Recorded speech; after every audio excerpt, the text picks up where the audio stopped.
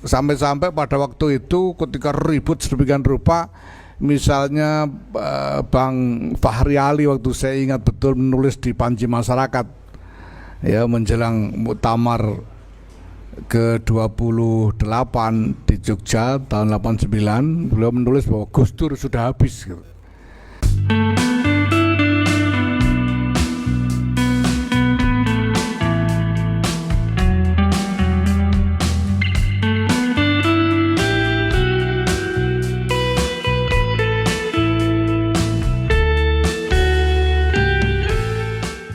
Pecinta Indonesia, bangsa dan demokrasi. Ini adalah kelanjutan dari konten klarifikasi yang saya sampaikan terdahulu, yaitu klarifikasi saya terhadap konferensi pers yang dilakukan oleh Ketua Umum Pengurus Besar Nahdlatul Ulama, Kiai Yahya Stakuf. Dalam klarifikasi yang pertama, saya sebutkan bahwa ada 2 tulisan saya yang saya sampaikan di majalah Gatra pada 1994, yaitu ketika NU melakukan muktamarnya di pesantren Cipasung, Tasikmalaya. Nah, tulisan yang kedua yaitu tulisan yang berjudul Seorang Asing di Tengah NU. Ini saya tulis di majalah Tempo pada 1989 menjelang Muktamar Nahdlatul Ulama di Yogyakarta.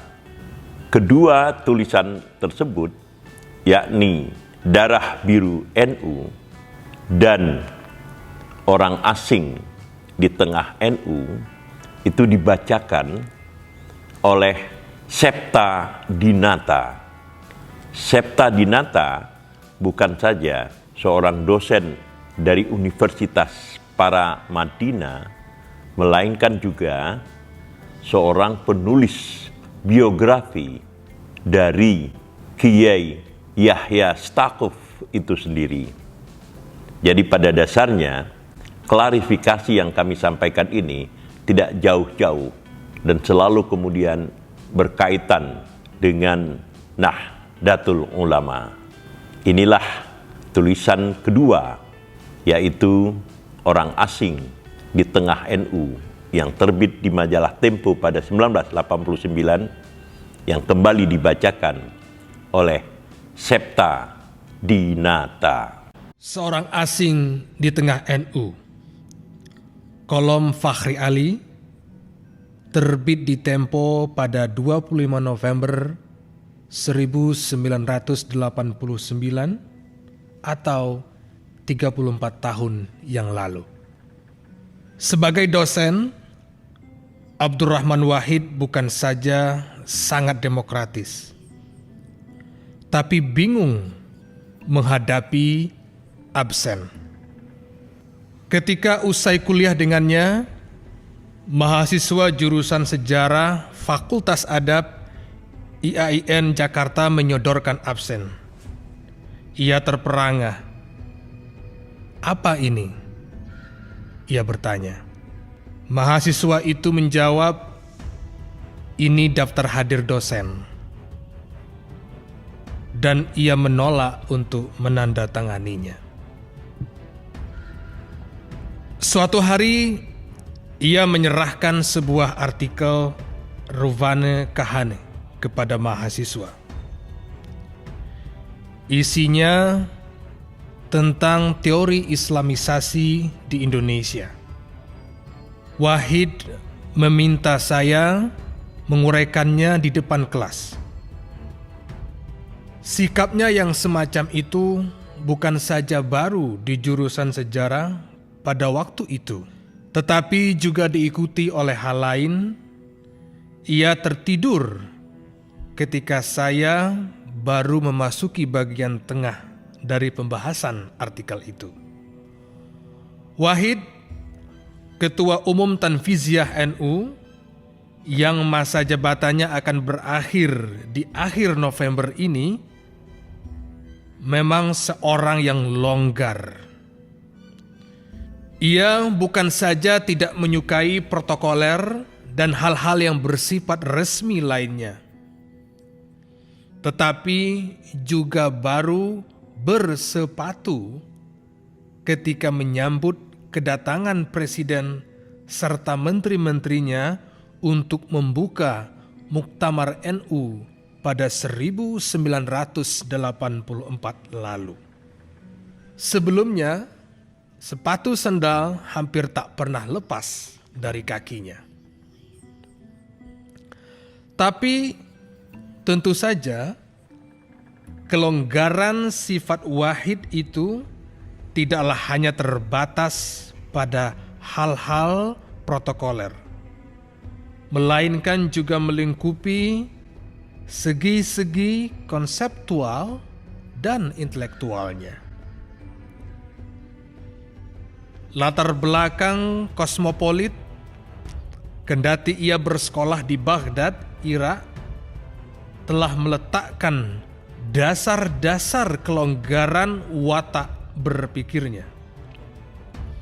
Bukan saja dalam hal-hal non-agama, tetapi juga dalam bidang keagamaan. Andai kata Wahid tak lahir di Indonesia atau di negara-negara mayoritas beragama Islam, kelonggaran cara pikirnya itu pastilah mengantarnya kepada sifat-sifat Ivan Illich atau Paulo Freire. Para agamawan yang tak mau begitu saja terjebak ke dalam postulat agama di dalam berpikir. Dan Wahid dalam batas-batas tertentu adalah agamawan dan pemikir yang paling liberal di Indonesia, yang menurut saya belum tertandingi oleh Nurcholish Madjid sekalipun. Dari perspektif inilah mungkin kita bisa lebih mendekati dan di atas itu memahami tindak tanduk Wahid. Dengan keberaniannya yang agak luar biasa, ia menilai Hamka sebagai bukan ulama yang sempurna. Di matanya, tentu saja Hamka menguasai ilmu fikih, tapi hampir tak seorang pun ahli fikih yang dimaksud pasti dari kalangan pesantren datang kepadanya untuk mendiskusikan ilmu tata aturan keislaman itu.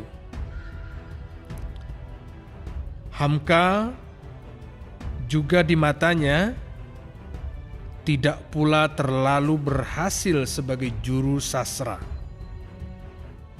Sastranya bersifat lokal dan gagal merangkum tema-tema kemanusiaan yang universal. Suatu penilaian yang membangkitkan rasa kejengkelan di kalangan banyak orang. Toh, Wahid tidak berhenti hanya di situ. Ia pulalah pencetus pertama pribumisasi Islam.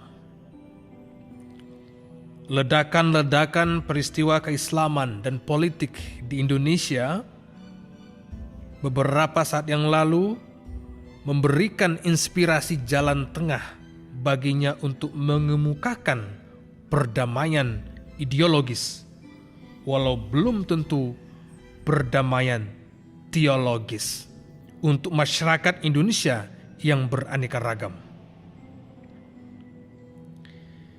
Islam, ia berucap di Prisma, janganlah dihayati sebagai ideologi alternatif. Ia haruslah dilihat sebagai hanya salah satu elemen ideologis yang melengkapi bangunan keindonesiaan yang telah terbentuk. Konflik-konflik Islam pemerintah yang terjadi belakangan ini, menurut dia, akan terus terjadi karena penekanan sebagian kecil kalangan yang disebutnya kelompok sempalan Islam, bahwa Islam adalah alternatif ideologis bagi masyarakat Indonesia. Antara lain, dalam konteks perdamaian ideologis itu pula lah gagasan mempribumisasikan Islam ia tegakkan. Percikan-percikan pemikirannya pastilah dinilai kontroversial. Bayangkan bagaimana bisa ia mencetuskan gagasan untuk menambah asas keadilan sosial pada hukum Islam serta menyatakan kemungkinan ucapan selamat pagi, siang, atau malam menggantikan ucapan Assalamualaikum. Suatu ide yang tidak bisa lagi disebutkan aneh, ujar seorang dosen senior Universitas Al-Asy'ari Jombang. Sebuah perguruan tinggi agama yang justru berada di bawah kontrol pesantren Tebu Ireng, tempat Wahid dilahirkan dan dibesarkan. Maka Wahid mungkin merupakan orang asing di tengah-tengah jamaah NU yang justru dipimpinnya. Jamaah ini bukan saja sebagian besarnya berasal dari kalangan petani, tetapi juga telah terbiasa terkungkung dalam budaya keagamaan petani. Terikat juga dengan ucapan Sayyidina Ali bahwa ia merupakan hamba dari orang yang mengajarnya, walau hanya satu kata, seperti tertera dalam kitab Ta'limul Muta'allim, salah satu kitab pegangan pokok warga NU lewat budaya kepetaniannya. Mereka lebih menekankan kolektivisme dalam beragama.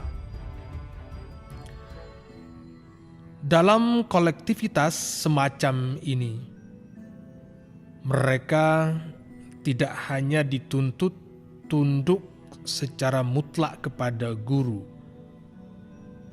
tetapi juga terlarang mengembangkan nalar keagamaan yang bersifat individualis.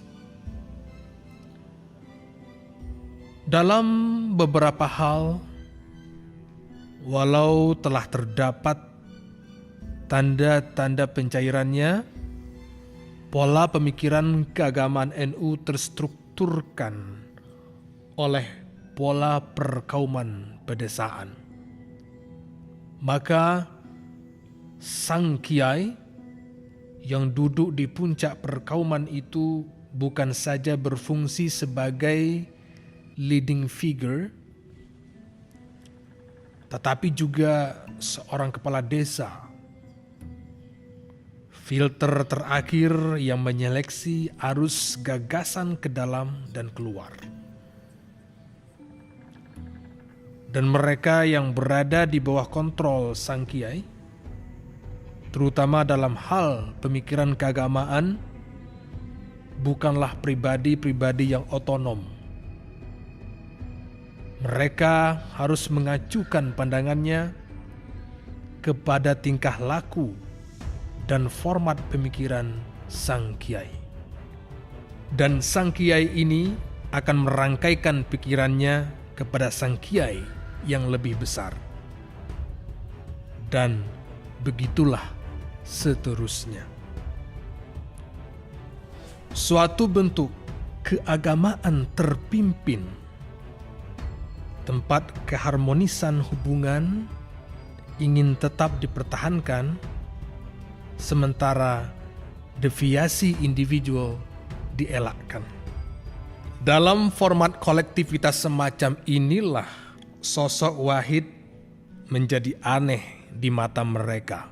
Kehadirannya dalam Kongres Persekutuan Gereja-Gereja Indonesia atau PGI di Surabaya menimbulkan teka-teki yang tak pernah terjawab.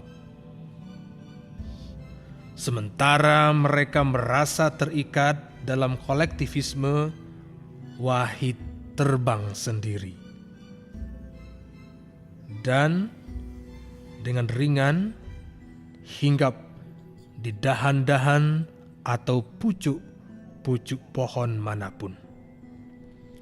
Padahal pohon itu bukan pohon yang mereka kenal.